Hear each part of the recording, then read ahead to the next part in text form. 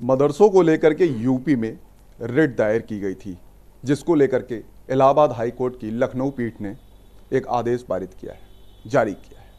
उस आदेश में 2004 एक्ट को असंवैधानिक करार दिया है। उस पर बात करने के लिए हमारे साथ मौजूद हैं जामिया अरेबिया मखज़ूनुल उलूम मदरसा के प्रबंधक। सर, क्या नाम है आपका? मुझे कारी इम्तियाज़ अहमद प्रतापगढ़ी कहते हैं और मैं इस मदरसे का मैनेजर हूँ। सर, इस फैसले को आप कैसे देखते हैं जो आदेश आया है? देखिए, सबसे पहले तो हम अपने सभी प्रदेशवासियों को जो है रमज़ान की और होली की बहुत बहुत मुबारकबाद देते हैं, बधाई देते हैं उनको। और ये जो कल फैसला आया है माननीय उच्च न्यायालय का, और जाहिर सी बात है हम मदरसे वाले इससे निराश हुए हैं।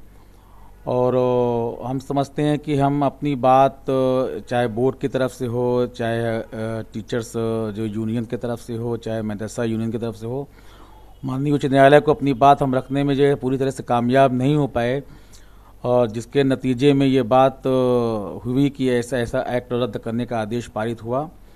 अब हमारे पास दो रास्ते हैं और हम समझते हैं कि हमको दोनों रास्ता ही अख्तियार करना चाहिए। एक रास्ता ये है कि हमारी सरकार जो है, जाहिर सी बात है हम इस सरकार के प्रदेश के एक अंग हैं, तो हम माननीय मुख्यमंत्री जी विशेष करके जो उनसे अनुरोध करते हैं कि इसमें विशेष रुचि लें, क्योंकि 13,000 जो अध्यापक हैं, उनका परिवार है, उनके ऊपर एक संकट है। जाहिर सी बात है उनका आगे भविष्य क्या होगा। तो इसके लिए जो है मुख्यमंत्री जी जो है अगर इस पर विशेष तरह से रुचि लेंगे, और माननीय अल्पसंख्यक कल्याण मंत्री यूपी राजभर साहब से भी हम जो है कहते हैं इस पे कहते हैं वो रुचि लें, तो देखिए कोई एक्ट में अगर कोई कमी है जिसके बेस पे ये रद्द किया गया है 2004 का, तो सरकार ही एक्ट बनाती है। तो अगर उस कमियों को दूर करके सरकार नई तरह से कोई एक्ट या नियमावली बनाए जिसमें मदरसे में कोई जिस तरह से बाधा ना हो, और जिस तरह से सरकार चाहती है कि हमारे जो बच्चे राइट टू एजुकेशन एक्ट के तहत पढ़ें, वो बच्चे पढ़ भी रहे हैं। मदरसे में बच्चे जो प्राइमरी के बच्चे हैं उनको हम उर्दू, अंग्रेज़ी, हिंदी, साइंस, मैथ, कंप्यूटर की तालीम दे रहे हैं। उसके बाद बच्चा बड़ा होता है तो अपने हिसाब से अपनी अपनी रास्ता जो है चुनता है। जैसे स्कूल में होता है, बच्चा इंटर करेगा, बीए करेगा, साइंस लेगा, आर्ट लेगा, कॉमर्स लेगा, उसी तरह से हमारे यहाँ के बच्चे भी जो है बाद में तय करते हैं, लेकिन बेसिक एजुकेशन हम उनको दे रहे हैं। तो शायद लेकिन हम माननीय उच्च न्यायालय को ये बात हम नहीं समझा पाए। तो मेरे पास अब दो रास्ते हैं। एक तो हम अपने सरकार से विशेषकर से मुख्यमंत्री से अनुरोध करते हैं कि इस सिलसिले में जो है हम सभी का, मुस्लिमों का जो है ध्यान विशेष रूप से रखें रमज़ान के महीने में, और जो अध्यापक हैं उनके परिवार को और उनके भविष्य को ख़राब ना होने दें, और इसमें कुछ ऐसा नियम बनाएं जिससे कि मदरसे हमारे बच सकें। दूसरा रास्ता हमारे ऊपर जो है माननीय उच्चतम न्यायालय का है, हम वहाँ जाएं, अपनी बात रखें, और हमको उम्मीद है कि वहाँ से न्याय प्राप्त होगा हमको। कोर्ट ने कहा है कि जो बच्चे पढ़ रहे हैं उनके भविष्य को लेकर के जो तमाम अन्य बोर्ड हैं उसमें उनको शामिल किया जाए।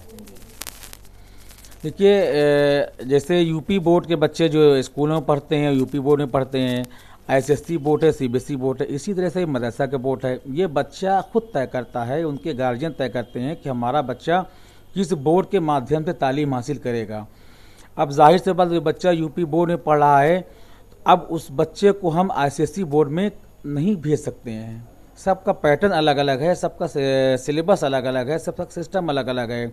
आईसीएसई बोर्ड का बच्चा जो है हमारे यूपी बोर्ड में आके नहीं हो सकता, वो समझ ही नहीं पाएगा यूपी बोर्ड क्या होता है। इसी तरह से मदरसा बोर्ड के बच्चे भी हैं। जाहिर सी बात है मदरसे बोर्ड के बच्चे अगर जो है उनको हम यूपी बोर्ड में या आईसीएसई बोर्ड में जाएंगे, तो वो बच्चे जो है पढ़ाई छोड़ के मेहनत मजदूरी करने पे लग जाएंगे, क्योंकि मदरसे में पढ़ने वाले बच्चे मोस्टली जो आमतौर पर गरीब परिवार के बच्चे होते हैं। उनके समझ में नहीं आएगा कि हम क्या पढ़ रहे हैं, हमको क्या पढ़ना है। उनका भविष्य इस तरह से एक तरह से अंधकार में चला जाएगा। तो जो मेन स्ट्रीम में हम उनको जोड़ने की कोशिश कर रहे हैं उससे कट जाएंगे, और फिर जाहिर सी बात एक समाज का बड़ा वर्ग जो है शिक्षा से वंचित रह जाएगा। फिर मेहनत मजदूरी वो करेंगे, उनका भविष्य खराब हो जाएगा और कुछ नहीं होगा। हमारे दर्शकों को जरा ये बताएं कि मदरसों में जो तालीम दी जाती है, जो पढ़ाई करी जाती है, वो कौन से क्लास तक कौन से क्लास से शुरू होती है और कौन से क्लास पे ख़त्म होती है, और जो बच्चे यहाँ से पढ़ाई करके निकलते हैं वो क्या करते हैं, क्या पढ़ाया जाता है? क्या जैसे यूपी बोर्ड, आईसीएसई बोर्ड, इन सब बोर्डों की पढ़ाई होती है उसमें भी इसी प्रकार की पढ़ाई होती है, तमाम सब्जेक्ट रहते हैं, या विशेष एक वर्ग रहता है? देखिए, ऐसा है कि जो प्राइमरी एजुकेशन मदरसे की है, जिसे तहतानिया कहते हैं, तहतानिया में हमारा सारा मॉडर्न जो है सब्जेक्ट है, उसमें साइंस भी है, मैथ भी है, इंग्लिश भी है, हिंदी भी है, उर्दू भी है, कंप्यूटर भी, सब कुछ है। उसके बाद फ़ौक़ानिया जूनियर होता है, उसमें भी दीनियात अरबी के साथ साथ जो है इन सब्जेक्ट को जोड़े गए हैं, शामिल किया गया है। और फिर जो मुंशी मौलवी का इम्तिहान होता है वो हाई स्कूल के इम्तिहान के बराबर जो है, उसमें जो है मदरसा बोर्ड का एक सिलेबस है जिसमें जो है हिंदी भी है, साइंस भी है, मैथ भी है और इंग्लिश भी है। उसके अलावा अरबी और फ़ारसी की उसमें किताबें चलती है। ये असल में इसका नाम जो अब मदरसा बोर्ड पड़ा हुआ है, असल में ये है अरबी फ़ारसी शिक्षा बोर्ड था। ये जो 1929 में बनाया गया था और ये तब से चल रहा है। ये 2000 एक्ट जो 2004 का एक्ट जिसे हाई कोर्ट ने रद्द किया है, ये मदरसे तो बहुत पहले से चल रहे हैं, 50 साल से चल रहे हैं, जो कि बोर्ड से रजिस्टर्ड हैं, बोर्ड से अनुदानित भी हैं, वहाँ से चल रहे हैं। तो एक्ट के माध्यम से ये सब क्लियर नहीं हो पा रहा है कि 2004 को जो एक्ट को रद्द किया गया है, उसके पहले 10-20 साल 50 साल पहले से जो मदरसे अनुदानित हुए हैं या जो मान्यता प्राप्त वहाँ है, उनका क्या होगा। तो यह सबसे बड़ा मसला है, तो इस पे हमको गौर करना चाहिए। दर्शकों को कन्फ्यूज़न थी कि इस मदरसा बोर्ड में सिर्फ उर्दू की तालीम दी जाती है, मुस्लिम समाज से तमाम जो उनकी चीज़ें होती हैं उसकी तालीम दी जाती है, लेकिन अभी जो प्रबंधक साहब हैं जैसे उन्होंने बताया कि साइंस भी रहता है, मैथ भी रहता है, बॉटनिकल भी रहता है, तमाम सब्जेक्ट रहते हैं। सही है ये बात? नहीं, बिल्कुल सही है। देखिए आलिम की, क्योंकि गवर्नमेंट ही की आलिम की डिग्री हमारी मदरसा बोर्ड की है, वो इंटर के बराबर है।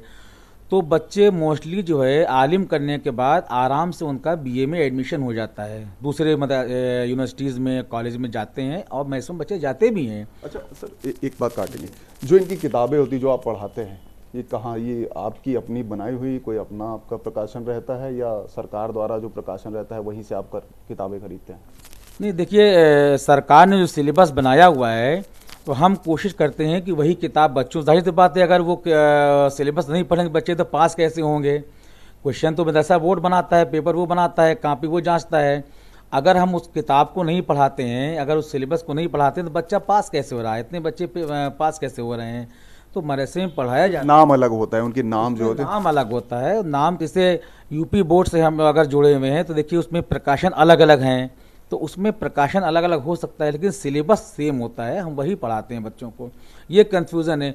दूसरी चीज़ जो है संस्कृत जो परिषद है, संस्कृत भाषा को सेव करने के लिए, उसके प्रचार को प्रसार को बनाने के लिए संस्कृत बोर्ड बनाया गया था। उसी तरह से अरबी फ़ारसी बोर्ड बनाया गया था, यानी अरबी फ़ारसी की जो तालीम है, इसको प्राच्य भाषाएं हैं, इसको सेव करने के लिए, इसके प्रचार और प्रसार को करने के लिए ये बोर्ड बनाया गया था। हम अरबी फ़ारसी ही बनाते हैं। अब लोगों ने इसको जोड़ दिया कि इसमें धार्मिक शिक्षा हो रही है।